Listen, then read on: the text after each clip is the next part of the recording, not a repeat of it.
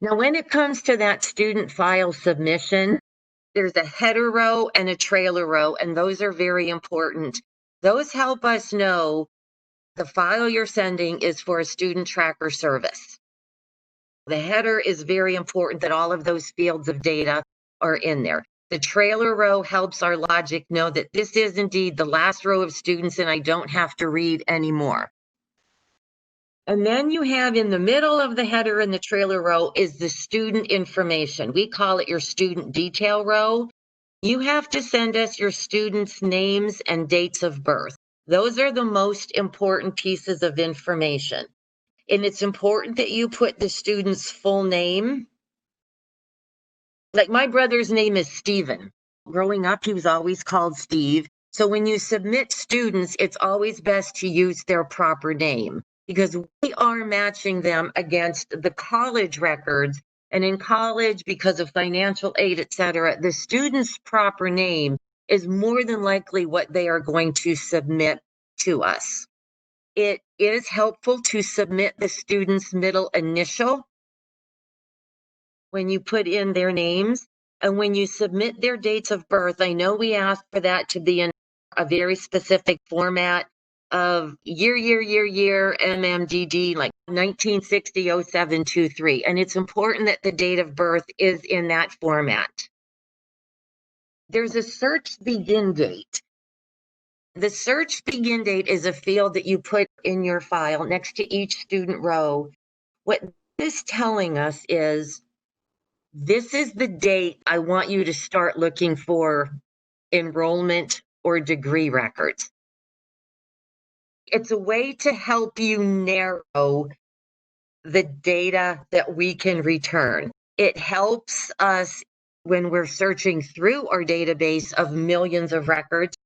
It's also meant to be a little bit of an analytic tool. You may have submitted some of these students last year. And so now this year, if you're sending them in again, you only want to see what a student may have done since last year. So narrowing the search date may help you narrow the results you get back in the detail report and that make up the aggregate report of schools first attended. It's just an option. It can be very powerful depending upon the research or analysis you want to do. The requester return field. It is optional, and anything that you do put in this is returned in the student level detail report.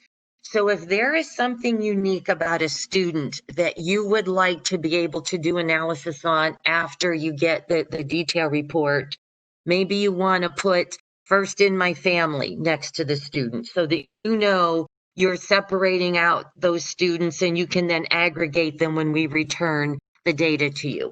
Maybe you want to put something in there about some students that you know went through a specific math mentoring course. Or maybe you want to put something in there, again, with your different programs.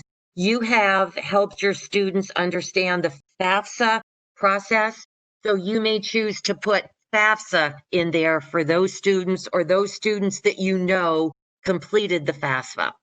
And then again, when you get the detail report, you can filter on that column and search for those unique pieces of data and get some unique intel for that group of students. So Megan, any questions? Does the search date make a difference in the match rate?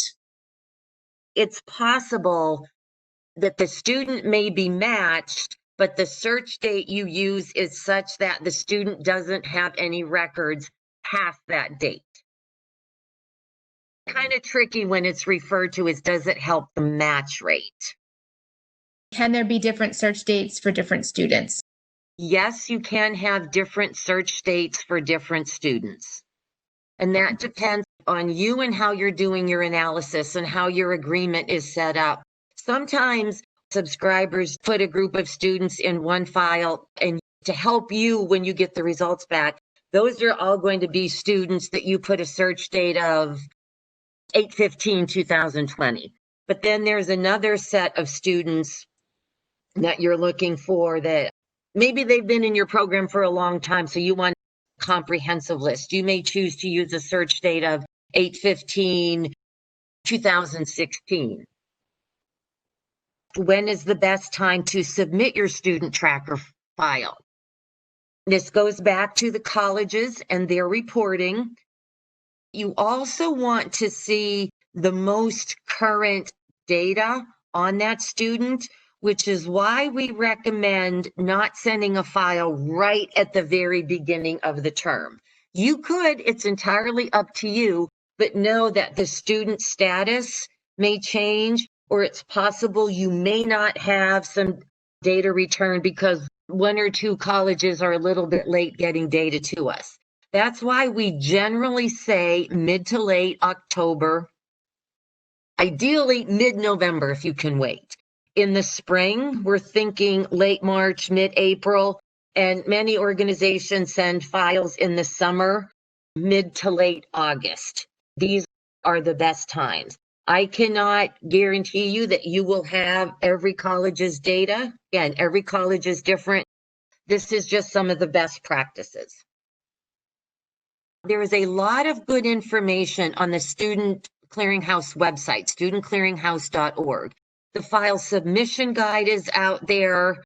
So if you have questions about what can I submit in my data, how should I do it, what's supposed to be in that header row, you can find that. The college participation lists are out there. So if you want to know, is a college participating in Degree Verify, like I just mentioned, because I want to get that degree data, you can go out and look to see. StudentClearinghouse.org, under high schools, under outreach, here's your formatting guide. Here's some sample reports. And lastly, here are the email addresses. One is for customer service and file-oriented questions directly into StudentTracker.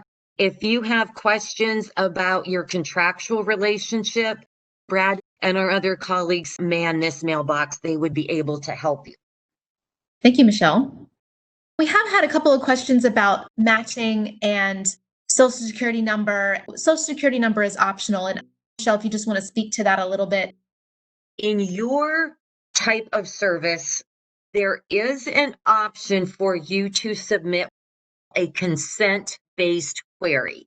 Not that many organizations use it, but if you do, you can submit the student Social Security number. Now, the requirement is you have to show that you have the student's signed consent that you are allowed to be doing this type of research. And there is a form that you have to submit.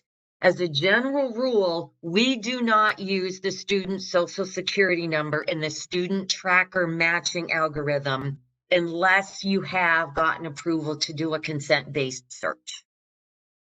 We are just so happy that you're here with the Clearinghouse, that you're part of our family. We're happy to help you however we can. And you all keep doing what you're doing. You all do make a difference working with this population.